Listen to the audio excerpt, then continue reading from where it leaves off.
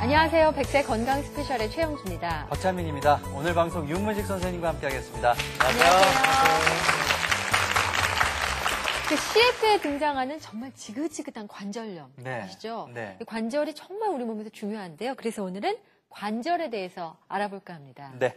자, 오늘 모실 분은요, 일주일 평균 수술 100건, 그리고 지난 5년간 무릎 인공관절 수술 4,500건, 관절경 수술 7,000건, 네.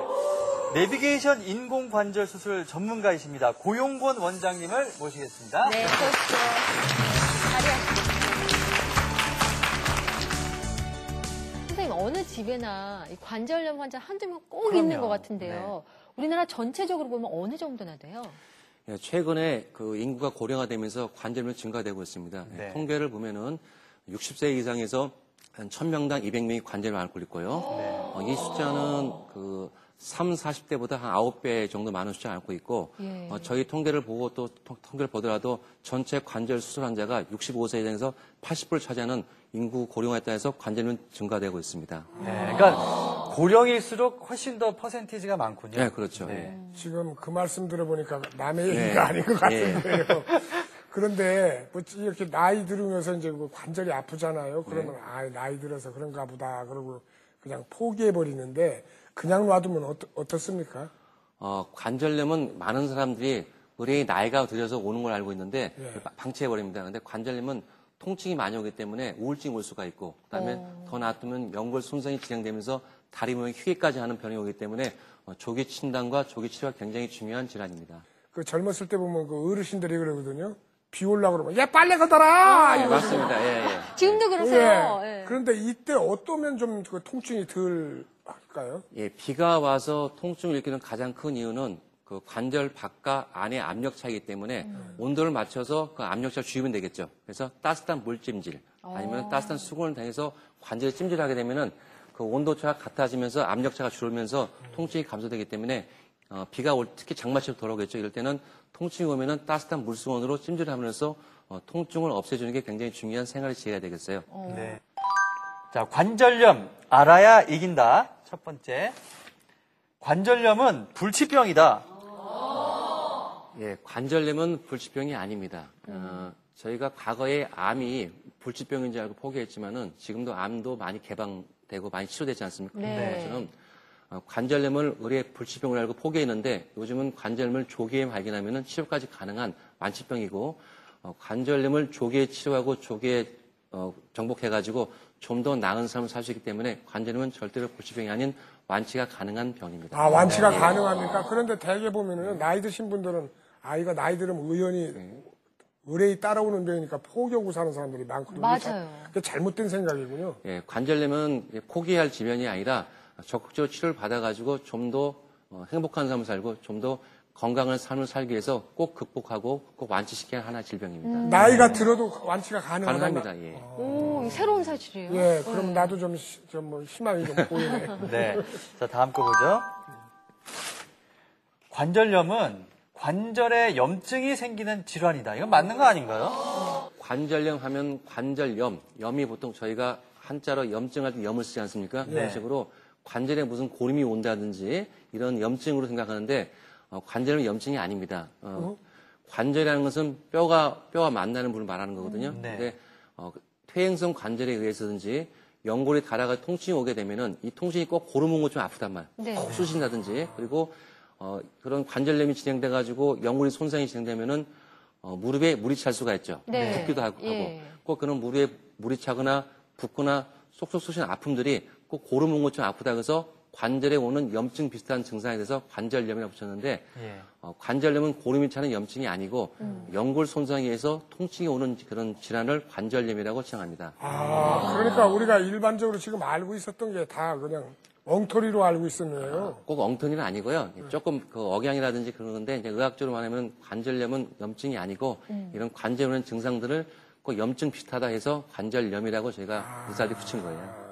그러니까 뭐 더 정확히 얘기하면 관절통 이렇게 얘기하면 될까요? 관절통이 맞을 수가 있습니다. 제가 오랜만에 그런 걸 맞췄어요. 그러니까 점점 똑똑해지고 있어요. 자, 다음 거요. 관절염이 있으면 운동은 금물이다. 어떻게 생각하세요, 선생님? 저는- S 같아, 해도 같으세요? 그건 내가 어떻게 의사가 그런데 운동하면 나빠질 것 같은데. 흔히들 관절염이 오면은 네. 아프기 때문에 더 운동하면 더 통증이 올 수가 있고 그리고 연골 손상이 더 온다고 생각하는데 관절염이 아주 심한 경우는 걷지 못할 수가 있겠죠. 그러나 관절염이 적당할 때는 적당한 운동이 오히려 관절염을 예방할 수가 있고 관절 건강에 좋습니다. 관절 안에 있는 우리가 연골이 있는데 그게 그 관절염의 가장 중요한 원인이거든요. 근데 그 연골에는 영양분을 줄 수 있는 루트가 없어요. 통로가. 그래서 연골이 건강해지고 결국 영향을 받는 부분들은 관절 안에 있는 활액이라는 물이 있습니다. 쉽게 말해서 영양분이 있는데 그것들이 쏴주거든요. 네. 연골에다가. 그런데 가만히 있는 것보다는 걸어서 압박을 줄 때 그 압박에 의해서 그 압력에 의해서 연골로 가는 영향이 더 커진단 말이에요. 그래서 적당한 걷는 운동이라든지 스윙이 좋아요. 그리고 관절염이 와서 너무 걷지 않다 보면은 골다공증 같은 2차적인 합병증이 오기 때문에 관절염이 있어도 적당한 운동, 만약에 통증이 있으면은 물속에서 하는 수영 같은 운동이라든지 통증이 심하지 않으면은 하루에 한 30분 내지 40분 정도 일주일에 3, 4일 정도 걷는 운동 통해 가지고 관절의 건강을 도와주는 게 굉장히 중요하고요. 또 하나는 자꾸 걷고 운동을 해야만이 관절 주위에 있는 근육이 튼튼해지겠죠. 그래서 관절에 가는 힘이 글로 가서 관절을 더 보호할 수가 있고 관절염을 조금이라도 예방할 수가 있습니다. 그러니까 우리가 일반적으로 알고 있던 건 정반대로 지금 그러니까요. 말씀하시는데 난 지금까지 도대체 선생님을 믿을 수가 없습니다. 왜냐하면 이게 통증이 오면 대개 그냥 집에서 가만히 쉬라고 그러거든요. 어른들이. 그게 오히려 나쁘군요, 그게. 예, 통증이 와서 쉬다 보면 더 근육이 마르고 더 올 수 있기 때문에 통증이 올 때는 바로 걷지 말고 물속 같은 수중 운동 있지 않습니까? 물속에서 걷는 운동 하다 보면은 그런 수력에 의해서 통증이 감소되거든요. 그러면 통증이 있으면 그냥 걷지 말고 꼭 물속에서 할 수 있는 수영이라든지 물속에서 걷기 운동 해가지고 관절 주위의 근육을 강화시켜주는 게 중요합니다. 통증과 염증은 무조건 나쁜 것이다. 맞지? 무조건 나쁜 건 아니에요. 저희가 적신호가 있죠. 건강에 적신호가 있지 않습니까? 네. 무릎에 연골 손상이 진행되면 무릎 내에서 우리 몸에서 당신 몸은 좀 이상이 있으니까 아파라 신호를 보내는 거예요. 열도 나게 하고 붓게 하고. 네. 중요한 것은 그 적신호를 무시해버리면 더 문제가 되겠죠. 적당한 통증과 적당한 염증이 올 때는 내 무릎에 내 관절에 이상이 있구나 해서 적극적인 진단과 적극적인 치료를 하는 신호이기 때문에 어떻게 하면 나쁠 수도 있지만은 좋은 적신호이기 때문에 이걸 적당히 잘 활용할 수 있는 지혜가 필요합니다. 민방위 훈련할 때 예비 사이렌 울리는 거랑 비슷하다. 예, 비슷할 수 있습니다. 예. 그러니까 무조건 나쁜 게 아니다. 예. 네. 자, 류머티스가 관절염이다. 참 어려운 질문이네요. 이건 류마티스 관절염 이러잖아요. 그러니까요. 네. 류마티스도 하나의 관절염의 일종은 맞아요. 네. 근데 저희가 단순히 퇴행성 관절이라든지 일반적인 관절염을 얘기할 때는 맞지가 않아요. 그래서 류마티스 관절염은 좀 다른 관절염입니다. 저희가 흔히 말하는 관절염은 오래 쓴다든지 많이 썼다든지 다쳤다든지 또 나이가 들어서 연골 손상이 오는 관절염 보통 흔히 말하는데 류마티스 관절염은 그 면역 이상 때문에 무릎 내에 활액막이라는 좀 막이 있어요. 네. 그 막이 이상신호를 보내가지고 관절을 파괴시키는 질환이기 때문에 그런 면에 볼 때는 좀 관절염이 아닐 수 있지만은 또 넓게 보면은 관절염 일종이기 때문에 요 답은 X일 수도 있고 O일 수도 있습니다. 그런데요, 저는 어느 날 탈춤을 배우다가 네. 밤에 다리를 못 뻗어가지고 놀러가지고 네. 그 병원에 이제 가가지고 이제 응급처치를 받아본 적도 네. 있는데 그게 무슨 약을 먹으면 금방 또 풀려져요. 네. 그것을 신경성 류마티스라고 하는데 네. 그 류마티스도 신경성이 있고 안 신경성이 있습니까? 그 류마티스 신경성 안신 저도 처음 들어보는데 그러고 저도 처음 걸린 병이었거든요. 아마 가셔서 신경 많이 쓰고 오시니까 의사 선생님이 좀 쉽게 이해하기 위해서 신경성 류마티스 아닐까 말씀드린 것 같아요. 그런 건 없습니다. 관절염은 유전이 된다.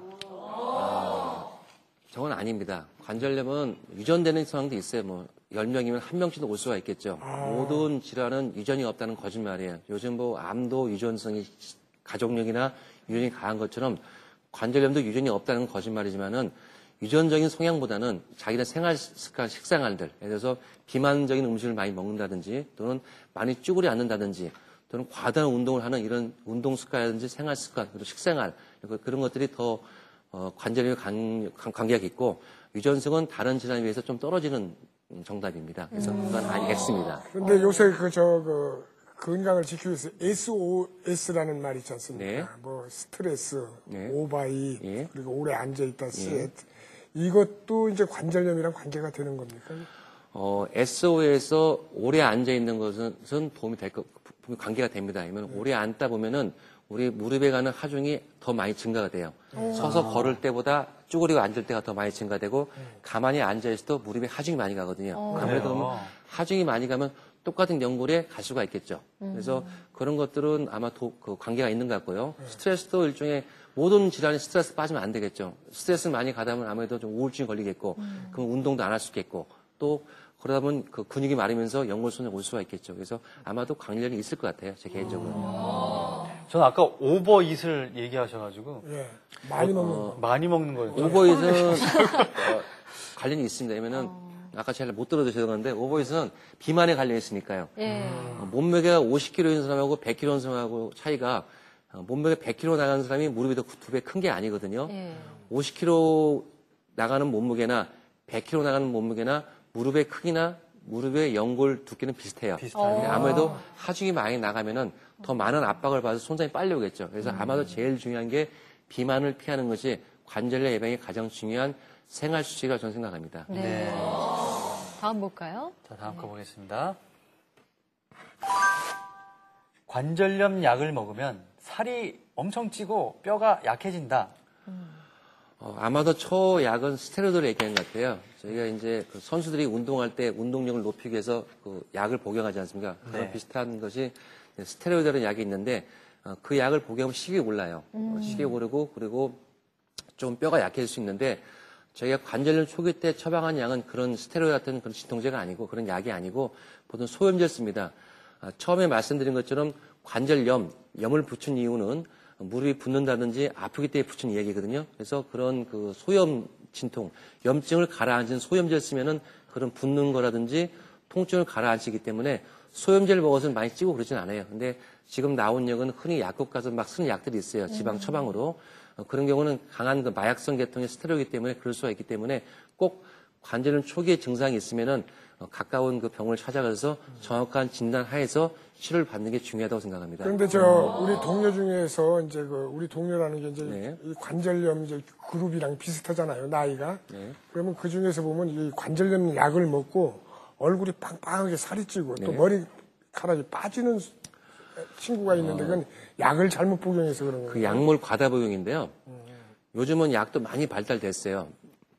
관절염 약의 가장 큰 부작용이 이 유산 때문에 속이 망가지거든요. 그래서 관절염을 오래 복용하신 분이 심하신 분 유기행까지 오신 분 많이 있어요. 심하신 분은 유가 천공대가 수술까지 받으신 분이 있는데 요즘은 의학이 발달되면서 많은 좋은 약이 나오고 있어요. 근데 아마 선생님께 말씀하신 약은 아마 스테로이드 같아요. 스테로이드를 복용하다 보면 얼굴이 붓고 물이 안 빠지다 그러거든요. 그리고 머리가 빠지기도 하고 그래요. 그래서 그 얼굴이 붓는다든지 살이 많아지는 약 일단은 의심을 하고 꼭 정확한 처방하에서 약을 복용하는 게 도움이 될 것 같습니다. 관절염에는 피해야 할 음식이 있다. 예, 분명히 있습니다. 왜 그러냐면은 저기서 말을 바꾸면 될 것 같아요. 관절염 살찌는 음식은 피해야 됩니다. 이런 것 같아요. 그래서 이제 저희 요즘 한국 사람들도 우리나라 사람들도 그 음식이 서구화되면서 이 패스트푸드를 많이 먹지 않습니까? 네. 그러면 살이 찌고 그럴 수가 있어요. 그런 체중이 많이 푸는 음식은 아무래도 살이 찌면서 무릎에 하중이 많이 가기 때문에 비만을 불러일으키는 음식은 굉장히 좋고요.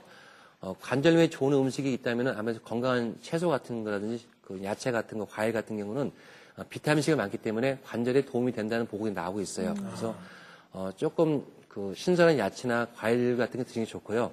그런 그 체중을 불게 하는 비만을 불이키는 그런 패스트푸드 같은 거라든지 그런 음식은 좀 피하고 또 과식은 피하면서 적정량의 체중을 유지하는 것이 바로 관절염을 예방하는 좋은 방법이 되겠습니다. 제가 대단히 궁금한 게 있거든요. 네. 관절염이랑 술이랑은 별 관계 없는 거죠?